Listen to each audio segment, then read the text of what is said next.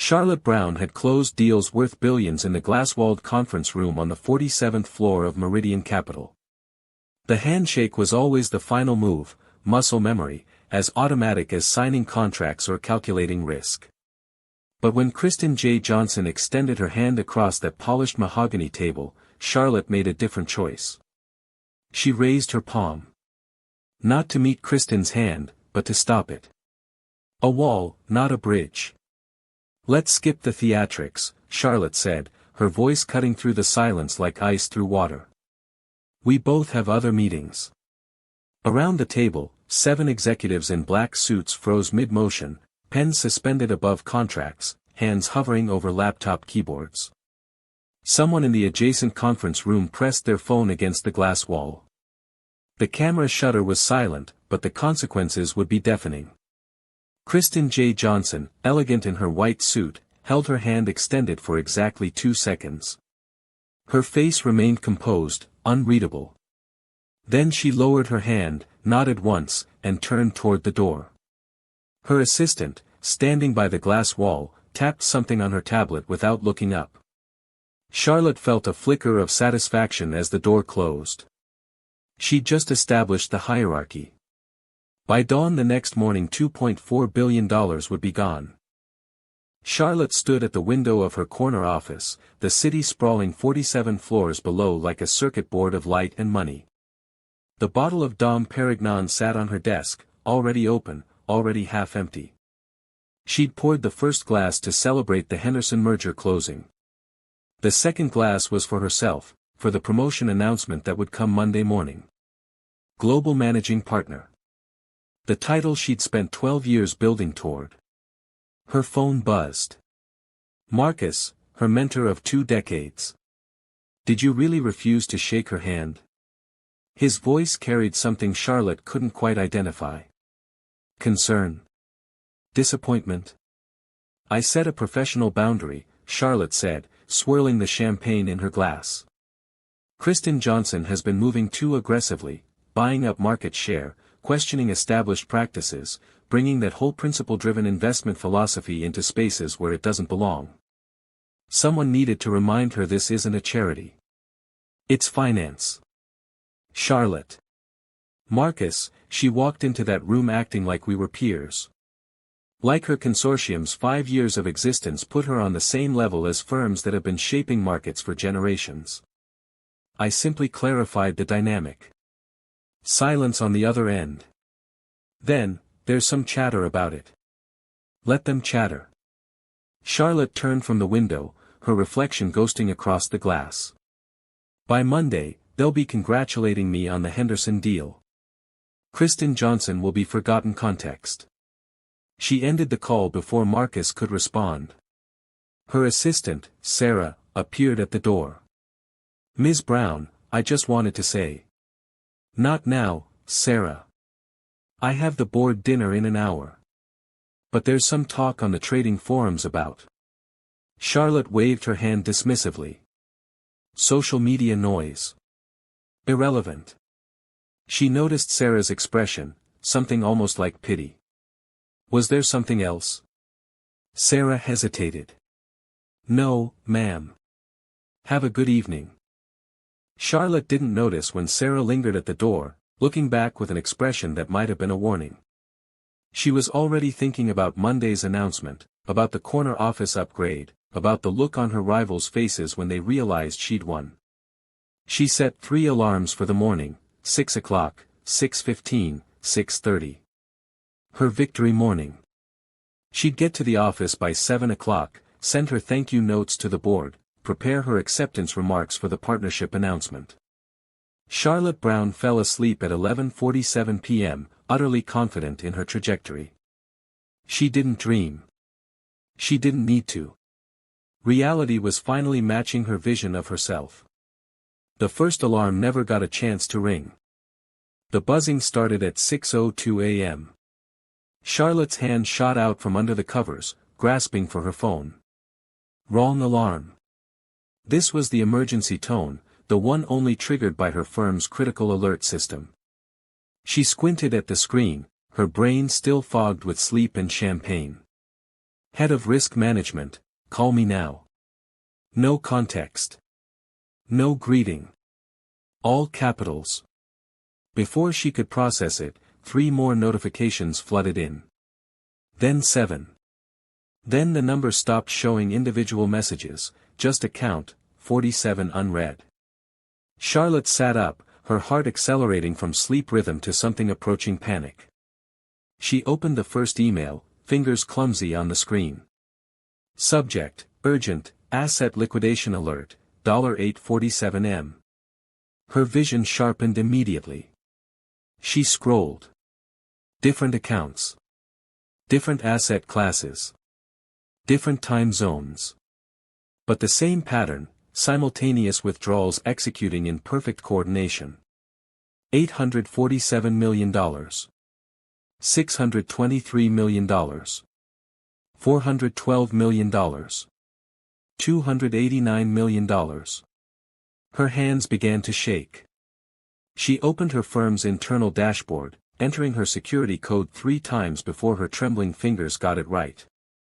The number that appeared on the screen made her forget how to breathe. Total asset liquidation, $2.4 billion. $2.4 billion. Gone. She called Marcus. He answered before the first ring finished. Charlotte. His voice was raw, stripped of any professional veneer. What did you do? Not, what happened? Not, are you seeing this? What did you do? I don't, Marcus, I don't understand what's. Every account. His words came fast, mechanical, like he was reading from a script he'd already memorized from horror. Every single account managed by Kristen J. Johnson's consortium. Every partner firm that invests alongside her. 17 different institutional investors. All of them liquidated their positions with us simultaneously. Charlotte's apartment was still dark, pre-dawn shadows making her furniture look unfamiliar. She stood, moving to the window on instinct, phone pressed to her ear. That's impossible, she whispered. That kind of coordination would take 90 minutes. Marcus's voice carried a note she'd never heard from him before. Defeat. Each withdrawal was executed within 90 minutes of market open in their respective time zones. London, Frankfurt, Hong Kong, New York. Surgical. Deliberate. Coordinated across 4 continents. Charlotte's reflection stared back at her from the dark window glass, a stranger in silk pajamas, face pale, eyes wide. This is market manipulation, she said, her voice gaining strength. We should be calling the SEC, though. Charlotte. Marcus cut her off. It's the handshake. Silence. That's ridiculous. There's no way as simple. There's a photo. Her heart stopped. What? Someone in the conference room next to ours took a picture through the glass wall. It's spreading. I'm sending it to you now. Her phone buzzed. She didn't want to look. She looked. The image loaded in high resolution, Kristen J. Johnson, elegant in white, hand extended in professional courtesy. Charlotte Brown, stern in black, palm raised like a barrier, like a command to stop. 7 men around the table, frozen in mid-motion, witnesses to the rejection. The body language was undeniable. The contempt was visible. The witnesses made it indisputable. Charlotte sank to the floor, her back against the bed frame. When was this taken? Her voice didn't sound like hers. Timestamped 3:47 p.m. yesterday. It was posted on a private trading forum at 11:52 p.m. last night with the caption, "Watch Meridian Capital tomorrow." The handshake heard round Wall Street. Charlotte, someone knew. Someone warned the market this was coming. She stared at the photo on her phone. At her own face, cold, dismissive, arrogant. At Kristen's extended hand, professional and respectful. At the moment that had just cost her everything. I need to call her, Charlotte said. I need to, there must be some way to. She blocked you. What? Kristen Johnson blocked all contact from you at 11:52 p.m. last night, 6 hours before the liquidation. I checked the tech logs. She made the decision the moment she left your office yesterday. Before the photo went public. Before the withdrawals began. She decided you were done before you even knew there was a problem. Charlotte looked at her reflection in the dark window. At the photo on her phone. At the two versions of herself, past and present, both staring back with the same expression of absolute certainty. She'd thought she was establishing hierarchy. She'd actually been signing her own execution order. The sun began to rise over the city. Charlotte watched the light spread across the buildings, illuminating the financial district where her career had just ended in the darkness before dawn. Her phone kept buzzing. The messages kept coming. The number kept climbing. But Charlotte couldn't move from the floor. She just kept staring at the photo, trying to understand how 2 seconds could erase 12 years. The crisis management room at Meridian Capital was designed for moments like this, 12-foot screens covering 3 walls, each one capable of displaying real-time market data from every exchange on Earth. But at 7:15 a.m. on Friday morning, every screen showed the same thing. Red numbers. Falling. Charlotte arrived dressed in her armor, black suit, hair pulled back, makeup precise. If her eyes were bloodshot, the dim lighting hid it. She'd been awake for 90 minutes, and her brain had already cycled through denial, panic, and rage. Now she was operating on pure survival instinct. 10 executives sat around the conference table, laptops open, phones face down, expressions ranging from confusion to anger to something that looked almost like fear. Charlotte took her position at the head of the table, a power move, automatic as breathing. Richard Harrington, the firm's CEO, arrived last. He didn't sit. He stood at the far end of the room, staring at the screens like they were showing footage of a disaster he couldn't prevent. "Talk," he said. Dr. Patel, head of quantitative analysis, stood. A chart appeared on the main screen, a spiderweb of connections showing asset flows, timing patterns, execution sequences. The liquidation began at 22:47 Greenwich Mean Time yesterday, 3:47 p.m. New York time. London positions were unwound first, followed by Frankfurt markets at their opening. Hong Kong and Singapore followed 6 hours later. New York positions executed at 9:30 a.m. this morning. Dr. Patel clicked to the next slide. The chart showed red arrows flowing out of Meridian Capital's accounts like blood from a wound. The withdrawals weren't random. They were strategically timed to maximize disruption. Every liquidation targeted positions where we had over-leveraged. Avoided positions where selling would hurt the consortium's own returns. This wasn't panic. This was. He paused, searching for the word. Weaponized. Charlotte felt 10 pairs of eyes turn toward her. She kept her face neutral. Weaponized by whom? She asked, her voice steady. Because this level of coordination suggests. Ms. Brown. A younger analyst, Maya Chen, Charlotte remembered, raised her hand hesitantly. There's something else. Richard nodded. Maya pulled up her laptop screen on the main display.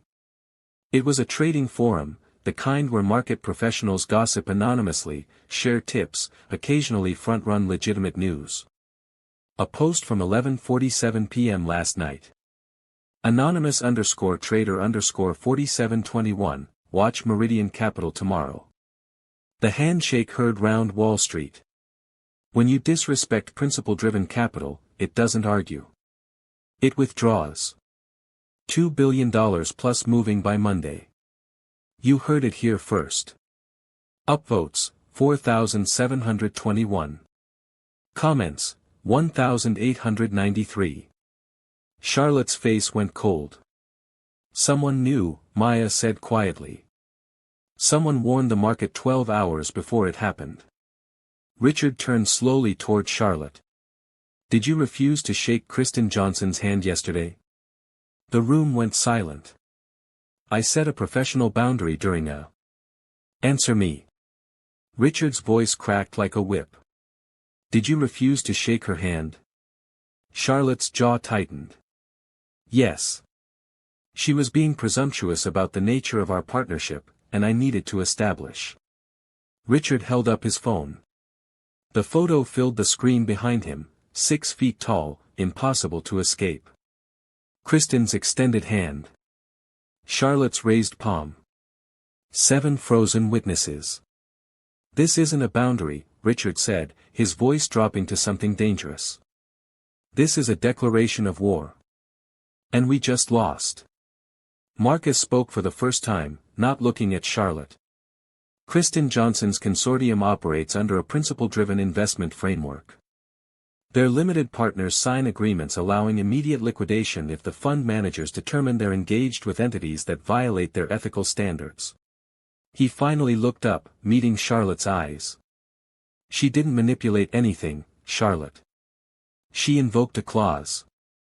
A clause her investors explicitly granted her for moments exactly like this. You gave her legal justification to pull every dollar. Charlotte gripped the edge of the table. So what do we do? We have capital reserves, we can cover them. Our margin calls are due at 4 p.m. today, Richard interrupted. We're $1.1 billion short. We have 8 hours to find that capital or we trigger default covenants on our credit lines. Which means Monday morning, we'll be facing a liquidity crisis that makes this look like a rounding error. He turned to the room. Charlotte, you're suspended pending board review. Marcus, you're now acting lead on damage control. Everyone else, start calling every contact you have. We need $1.1 billion by 4 p.m., or this firm doesn't make it to Monday. He walked toward the door, then stopped. Charlotte. One more thing. That photo. It's not just on trading forums anymore. Bloomberg picked it up 20 minutes ago. We're about to become the leading story on every financial network on Earth. And the narrative is already set, the most expensive racist gesture in Wall Street history. Charlotte stood frozen as the room emptied around her. On the screens behind her, the numbers kept falling. Red lines cascading across charts like blood in water. She'd spent 12 years building her reputation as the woman who closed deals, who never lost, who always won. It had taken 2 seconds to become the woman who destroyed her firm. Kristen J. Johnson arrived at her office at 7 a.m., same as every morning. She made her tea, chamomile with honey, and settled at her desk while the city woke up beyond her windows. Morning sunlight streamed through the glass, warm and steady. Her phone showed 43 messages. She didn't read any of them. Her CFO, David Park, had sent a text at 6:15 a.m., liquidation complete. Zero slippage. $2.4 billion redeployed as planned. She'd replied, thank you. That was all.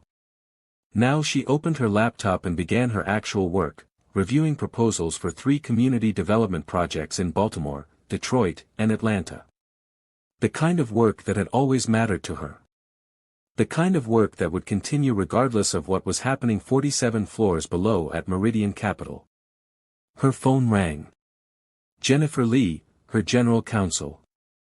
Kristen, we need to talk about the statement. Good morning, Jennifer. A pause. Then, softer, good morning.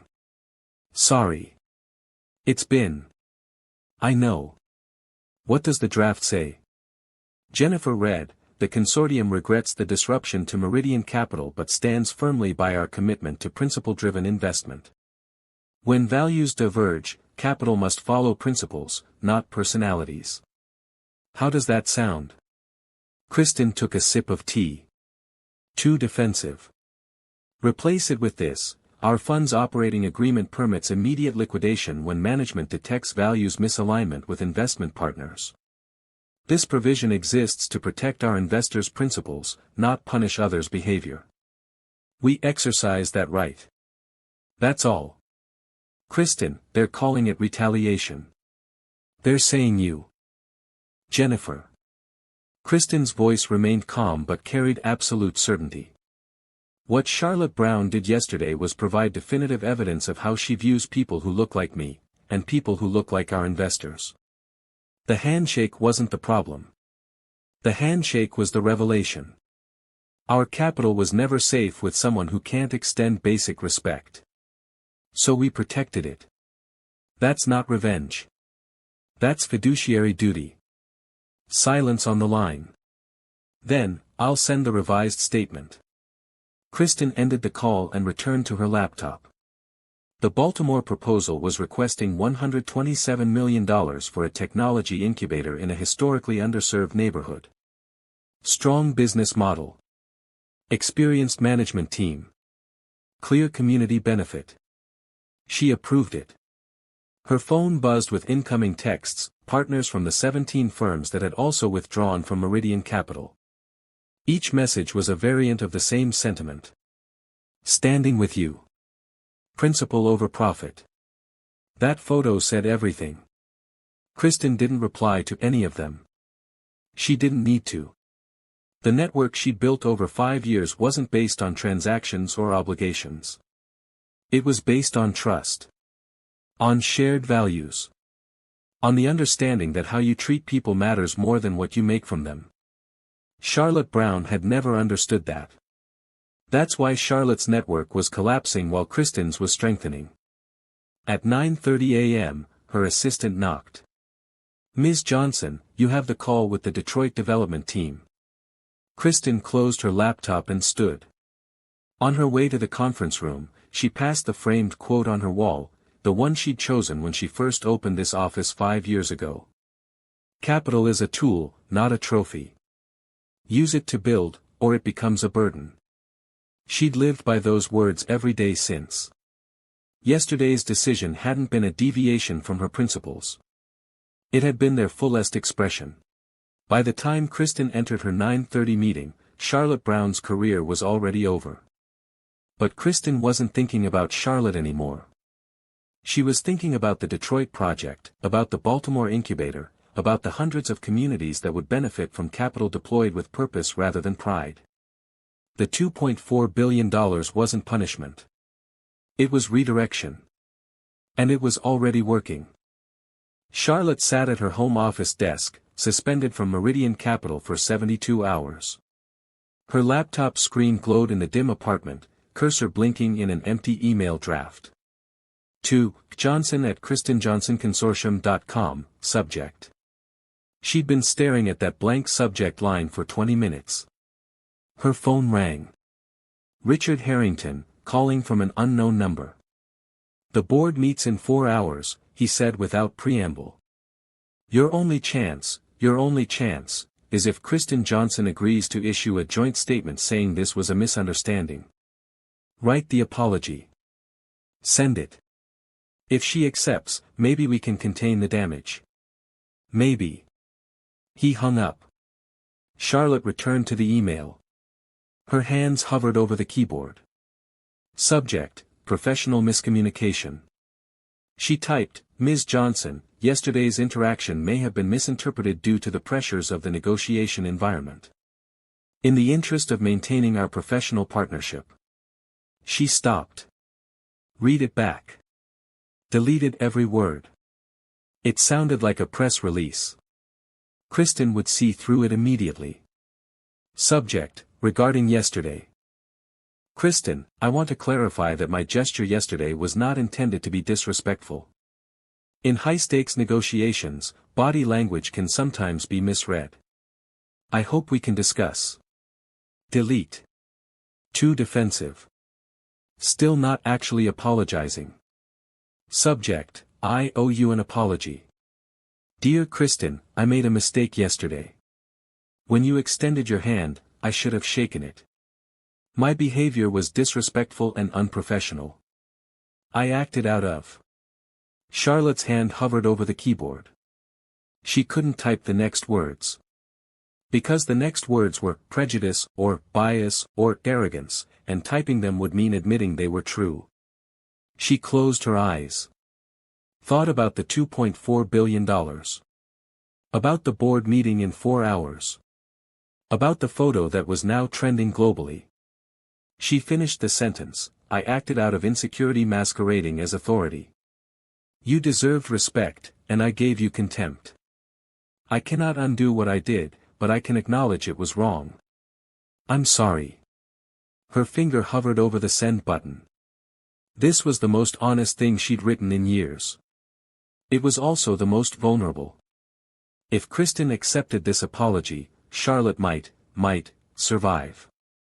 If Kristen leaked it, Charlotte would look weak and calculating simultaneously.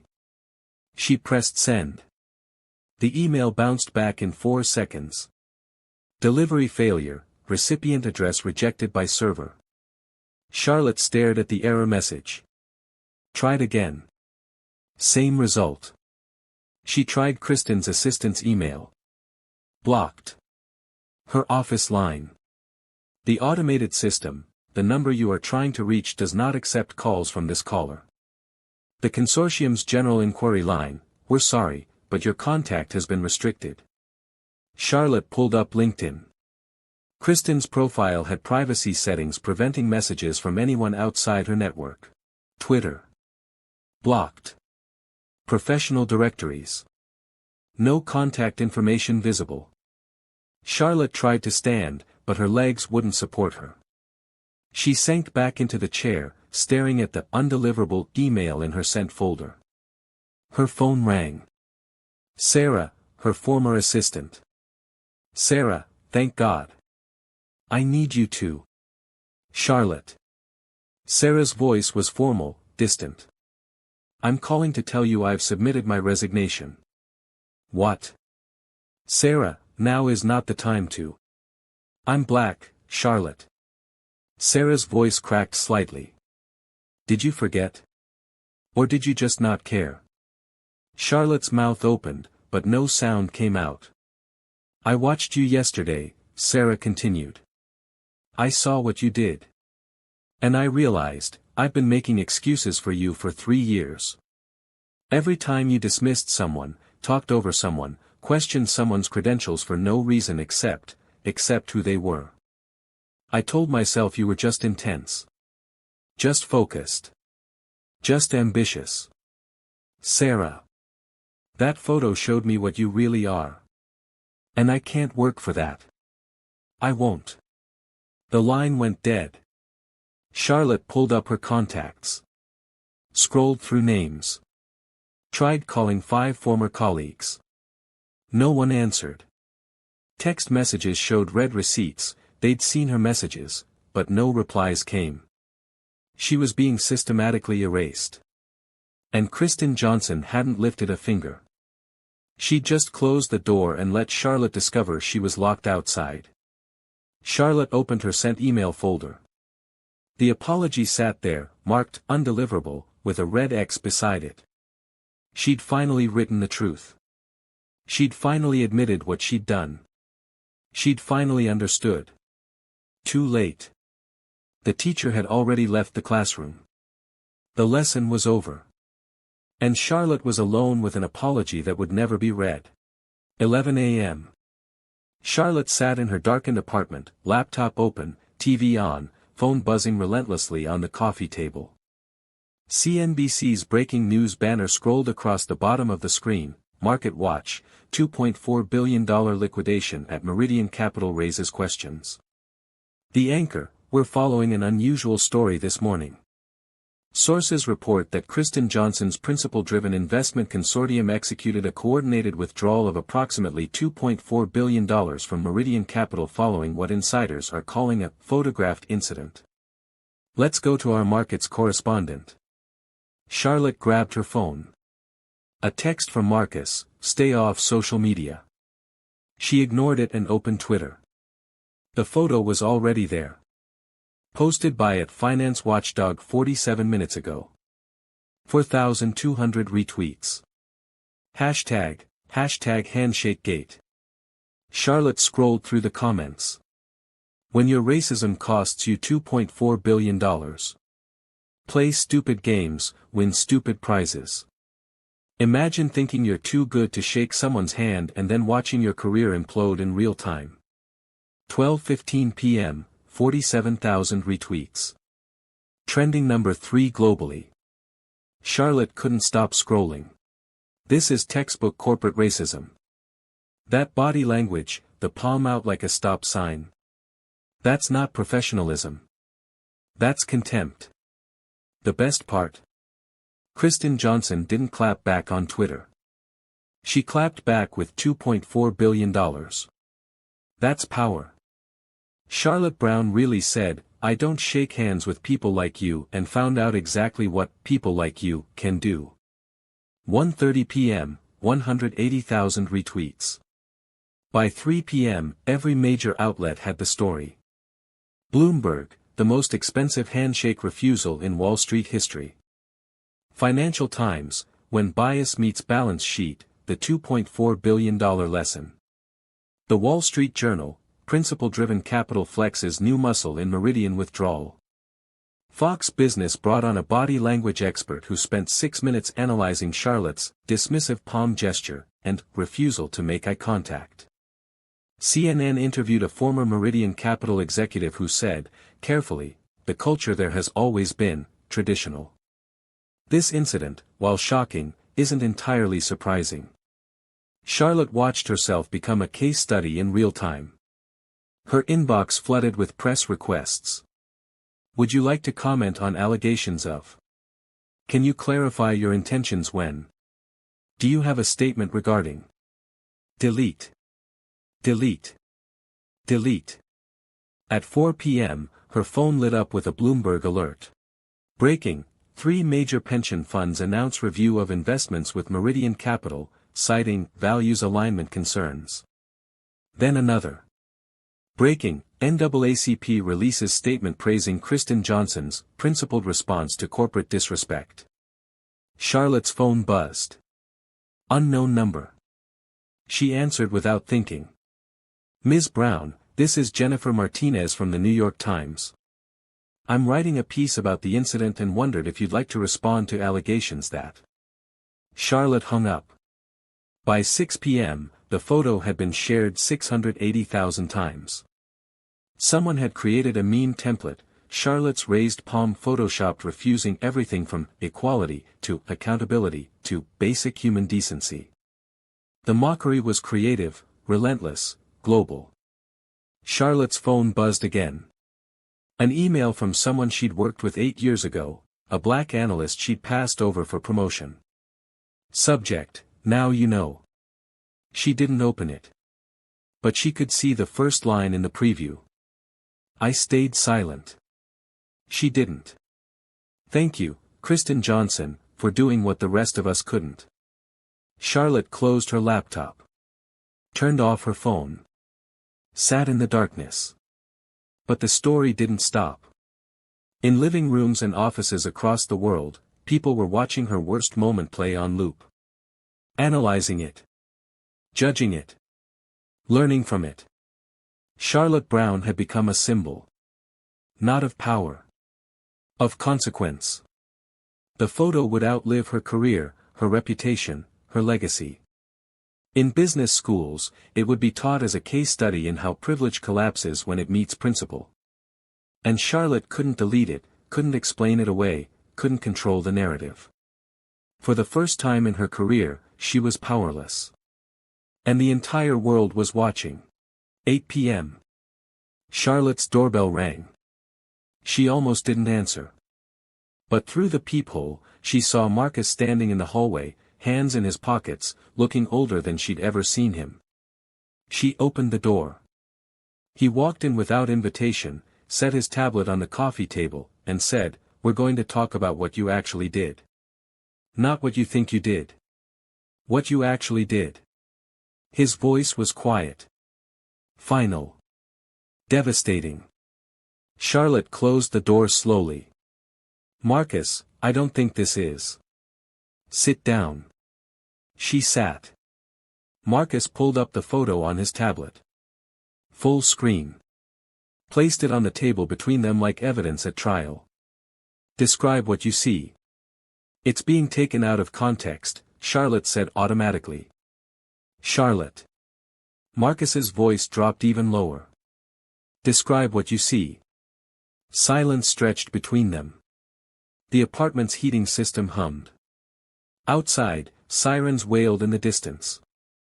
"I'm refusing to shake her hand," Charlotte whispered. "Why?" "I told you. I was setting a professional." "Charlotte." Marcus leaned forward, his face catching the light from the tablet. "Why did you refuse to shake a black woman's hand in front of 7 witnesses?" The word "black" hung in the air between them. Charlotte had never heard him use it this directly. Not in 20 years. "It wasn't about that," she said, but her voice was weak. "No." Marcus pulled up another image on his tablet. 3 years ago. The Diversity Initiative. "You killed it, called it quota-based. Remember?" He swiped. Another document appeared. 2 years ago. Performance review notes. "You wrote that Jamal Peters, the only black senior analyst we had, was surprisingly articulate in presentations." Surprisingly. As if articulation was unexpected. Another swipe. "Last year. The junior analysts' mentorship assignments. You took on 3 ments. All white. All male. When HR asked why you passed on candidates like Sarah Harrison, your own assistant, you said they wouldn't be the right fit." What exactly didn't fit, Charlotte? Each example landed like a stone. Charlotte felt herself shrinking into the couch. Those were I was focused on performance metrics, not demographics. You didn't see it as bias. Marcus set down the tablet. That's the whole problem. You thought it was standards. It was prejudice. And everyone saw it but you. Charlotte's hands were shaking. "I worked hard for everything I achieved." I know you worked hard." Marcus's voice softened, but the softness was somehow worse than anger. "I know you're brilliant at what you do. I know you closed deals that no one else could close.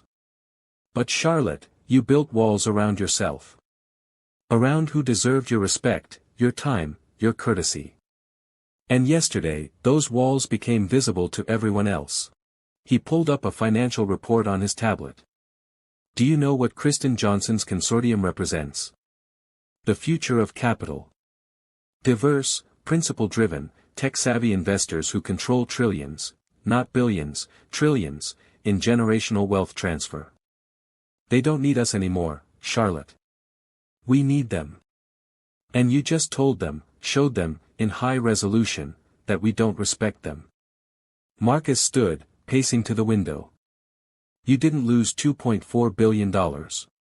You lost access to the next century of capital. You made Meridian Capital obsolete. Every firm that does business with principle-driven funds is now going to have to prove they're not like us.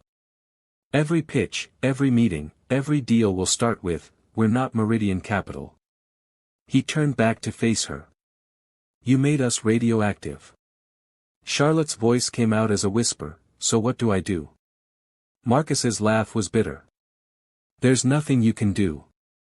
The board meets tomorrow. They'll vote to terminate you for cause. It's already decided. I tried to argue for a resignation, let you keep some dignity. They said no. They want distance. They want to be able to point to you and say, 'That was her. Not us.'"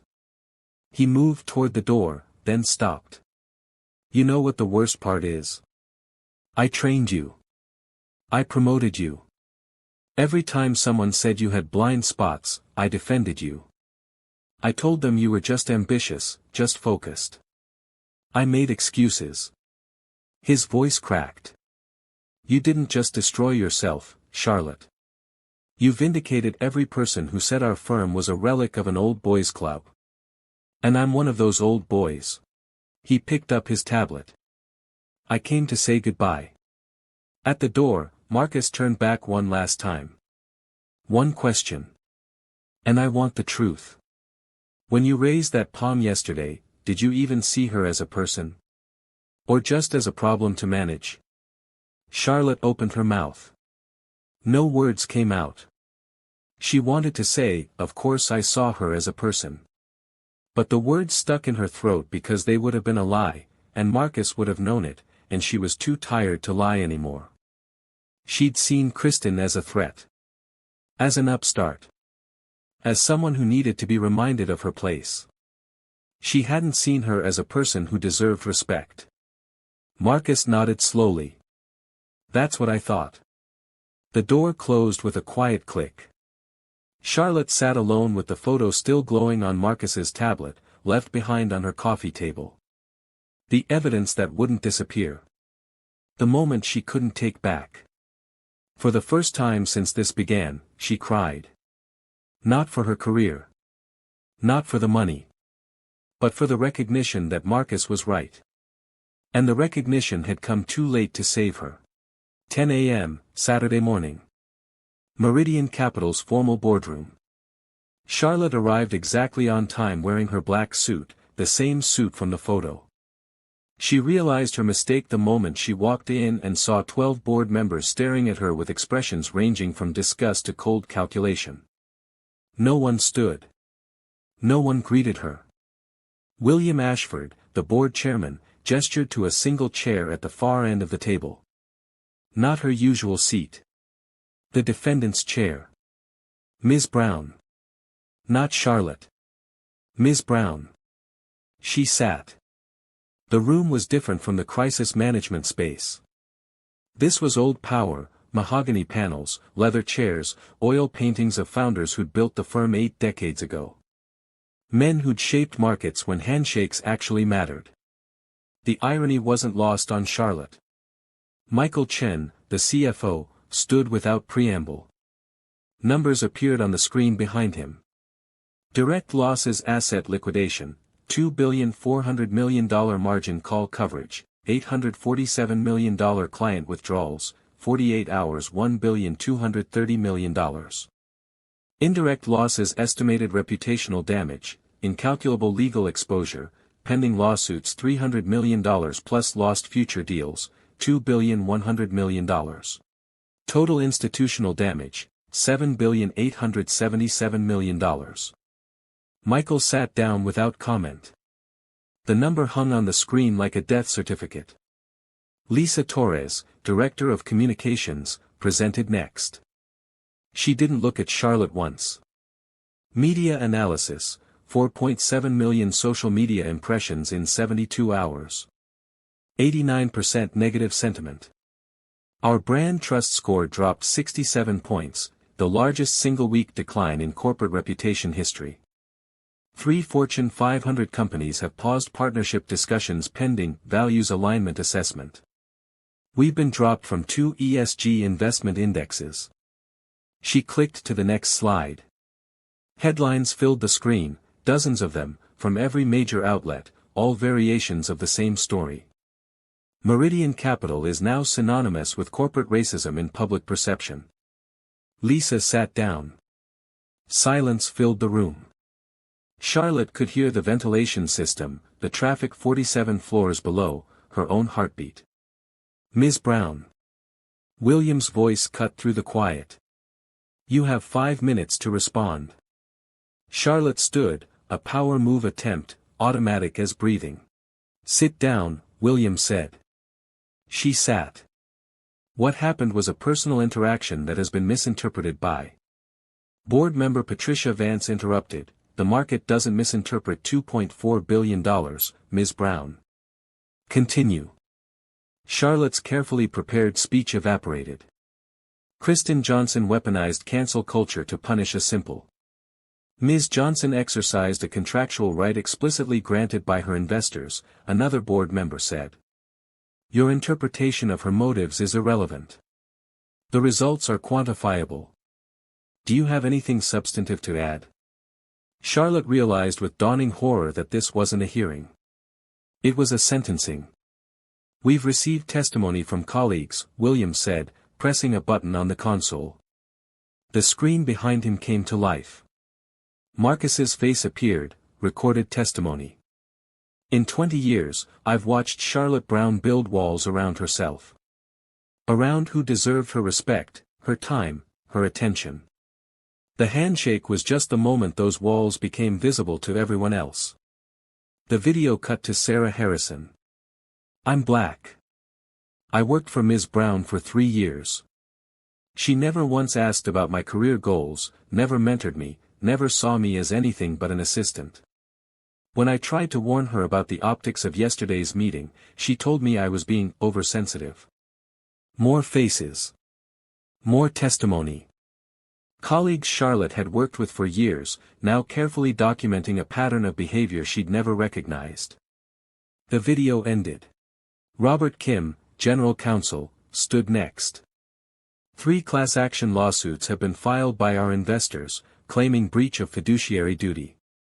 The argument: Ms. Brown's conduct created foreseeable risk that management failed to mitigate. If we lose, we face mandatory arbitration for every client account. We could become uninsurable. He looked directly at Charlotte for the first time. The board has a legal duty to act decisively to demonstrate accountability. Retaining Ms. Brown exposes this institution to existential risk. William Ashford leaned forward. The motion before the board, termination of Charlotte Brown for cause, effective immediately, with forfeiture of all unvested compensation and removal of legal indemnification pending cooperation with ongoing investigations. He paused. All in favor. Hands rose around the table. Charlotte counted. 1, 2, 3, 5, 8, 10. All 12. Unanimous. The motion passes. William's voice was clinical, devoid of emotion. Ms. Brown, you are no longer employed by Meridian Capital. You have 30 minutes to collect personal items under security supervision. All access codes are now deactivated. 2 security guards appeared in the doorway as if summoned by the verdict itself. Charlotte stood slowly. Her legs felt disconnected from her body. William. That's Chairman Ashford, Ms. Brown. We're done here. The walk through the office was the longest of Charlotte's life. Past cubicles where former colleagues kept their eyes fixed on their screens. Past conference rooms where meetings continued without pause. Past the glass-walled corner office that had been hers, someone was already boxing her belongings. The elevator ride down took 47 seconds. Charlotte counted every one. In the lobby, a security guard handed her a banker's box containing a desk plant, a nameplate, and a photo frame she didn't remember keeping. The automatic doors opened. Sunlight hit her face, too bright, too warm, wrong for how cold she felt inside. Photographers were waiting on the sidewalk. 3 of them, cameras raised. Charlotte held the box in front of her face and walked. Cameras clicked. Someone shouted a question she didn't process. She kept walking until she couldn't hear the cameras anymore. In her apartment that afternoon, Charlotte set the banker's box on her kitchen counter and opened it. The nameplate read, Charlotte Brown, Senior Managing Partner. A title she'd held for 6 days. She left it in the box and walked to the window. From here, she could see the Meridian Capital building. 47 floors of glass and steel. Her office window was dark now. Someone else's career was already beginning in the space where hers had ended. The city looked the same as it always had. Traffic flowed. People worked. Markets moved. Her catastrophe was just another Friday for everyone else. Charlotte's phone buzzed. An email from Human Resources with the subject line, Termination Documentation and Severance Information. She didn't open it. Outside her window, the sun was setting over the financial district, casting long shadows across buildings where decisions worth trillions were made every day. Charlotte had thought she was one of the people making those decisions. Now she was just another shadow in a city full of them. 3 months later. Charlotte's apartment had taken on the particular silence of a space where time passes without purpose. Mail piled up on the counter, mostly legal documents, a few bills, nothing that required urgency. The curtains stayed half-drawn. The TV played financial news on mute because Charlotte couldn't stand the silence but couldn't bear to hear the commentary. She'd stopped wearing suits. Yoga pants and oversized sweaters were enough for the only activities that filled her days, scrolling job boards she'd never applied to, ignoring calls from lawyers coordinating depositions, watching her savings account shrink month by month. Her phone rarely rang anymore. When it did, it was usually Rachel, a graphic designer friend who kept insisting Charlotte could rebrand herself, launch a consulting firm, write a book, turn her downfall into a comeback story. Charlotte never returned those calls. What would she teach? How to destroy your career in 2 seconds, a masterclass in self-sabotage. On a Tuesday afternoon in February, breaking news interrupted the financial programming Charlotte wasn't really watching. Kristen Johnson announces $2.4 billion impact investment fund. Charlotte's body went rigid. She grabbed the remote. Unmuted. The anchor, in a move that's drawing praise from community development advocates, Kristen Johnson's consortium has announced the Handshake initiative, a $2.4 billion fund focused on ethical technology startups and community investment in historically underserved areas. The screen cut to a press conference. Kristen stood at a podium, composed and professional, sunlight streaming through windows behind her. Capital is a tool for building communities, not building walls, Kristen said. This fund represents a commitment to investing in people and places that have been systematically excluded from traditional funding sources.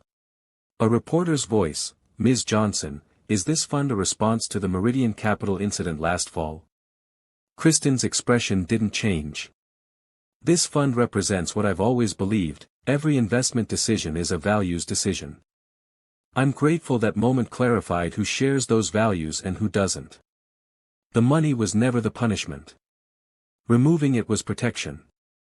Investing it here is the purpose. Charlotte felt something crack inside her chest. The broadcast continued. The Handshake initiative has already committed $380 million to 3 projects, a technology incubator in Baltimore, a community development initiative in Detroit, and an ethical AI research center in Atlanta. Partner firms who also withdrew from Meridian Capital last fall have joined the initiative. The screen showed footage of a ribbon-cutting ceremony. Kristen with scissors, surrounded by community leaders, entrepreneurs, young people who saw their future being funded by capital that had once sat in Charlotte's accounts. The CEO of one of the partner firms spoke. Kristen Johnson showed us that our capital has power beyond returns. It has responsibility. The Handshake initiative is proof that principle-driven investing isn't just ethical, it's effective. Charlotte turned off the TV. Sat in silence. Looked at her reflection in the dark screen.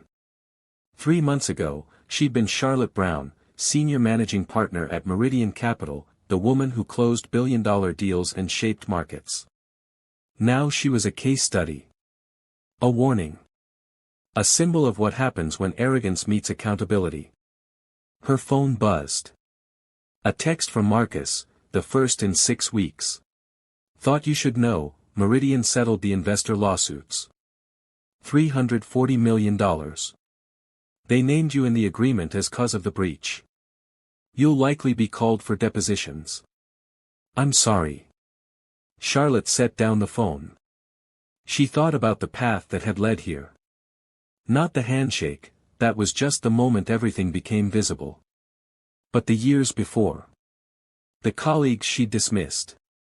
The mentorship she'd withheld. The casual cruelties she'd packaged as professionalism. The walls she'd built so high she'd stopped seeing the people on the other side. Kristen Johnson had seen her clearly. Had measured her character in a single interaction. And had made a decision that aligned her capital with her values. Charlotte had called it revenge. The media had called it retaliation. But watching that news coverage, seeing the ribbon-cutting ceremonies, hearing about community centers and incubators and young entrepreneurs getting opportunities that would change their lives. It wasn't revenge. It was reconstruction. Kristen hadn't destroyed Charlotte's career to punish her. She'd withdrawn her capital to protect it. And then she deployed it to build something better. Charlotte's career was collateral damage in a much larger story about who deserved investment, who deserved respect, who deserved a future. And Charlotte had put herself on the wrong side of that story. She stood from the couch, the first time she'd moved with purpose in weeks. Walked to her window. Looked out at the city where she'd once had a corner office on the 47th floor. Meridian Capital was still there. Still operating. They'd recovered, mostly. Hired a new diversity officer. Released a public commitment to inclusive excellence. Done the damage control she'd made necessary. Charlotte's name appeared in those press releases only once, in a footnote, following the departure of former partner Charlotte Brown. She'd been erased from the narrative. Reduced to former. A cautionary tale already being taught in business school case studies. Somewhere in Baltimore, a technology incubator was opening with her firm's former capital. In Detroit, community leaders were planning initiatives that would reshape neighborhoods. In Atlanta, researchers were developing ethical AI frameworks that would influence the industry for decades. The $2.4 billion was doing more good in 3 months than it had done in 12 years under Charlotte's management. That was the lesson. Not that Charlotte had lost. But that the money had found its purpose without her. Charlotte's phone buzzed again. Another legal notice. Another deposition request. Another reminder that her story wasn't over, it was just entering a new chapter called Consequences. She closed the curtains. Returned to the couch. The TV stayed off this time. In the darkness of her apartment, Charlotte Brown finally understood what Kristen Johnson had known from the beginning. Respect isn't optional. It's foundational. And when you build your career on contempt, eventually the foundation collapses. The lesson was learned. But the teacher had already moved on.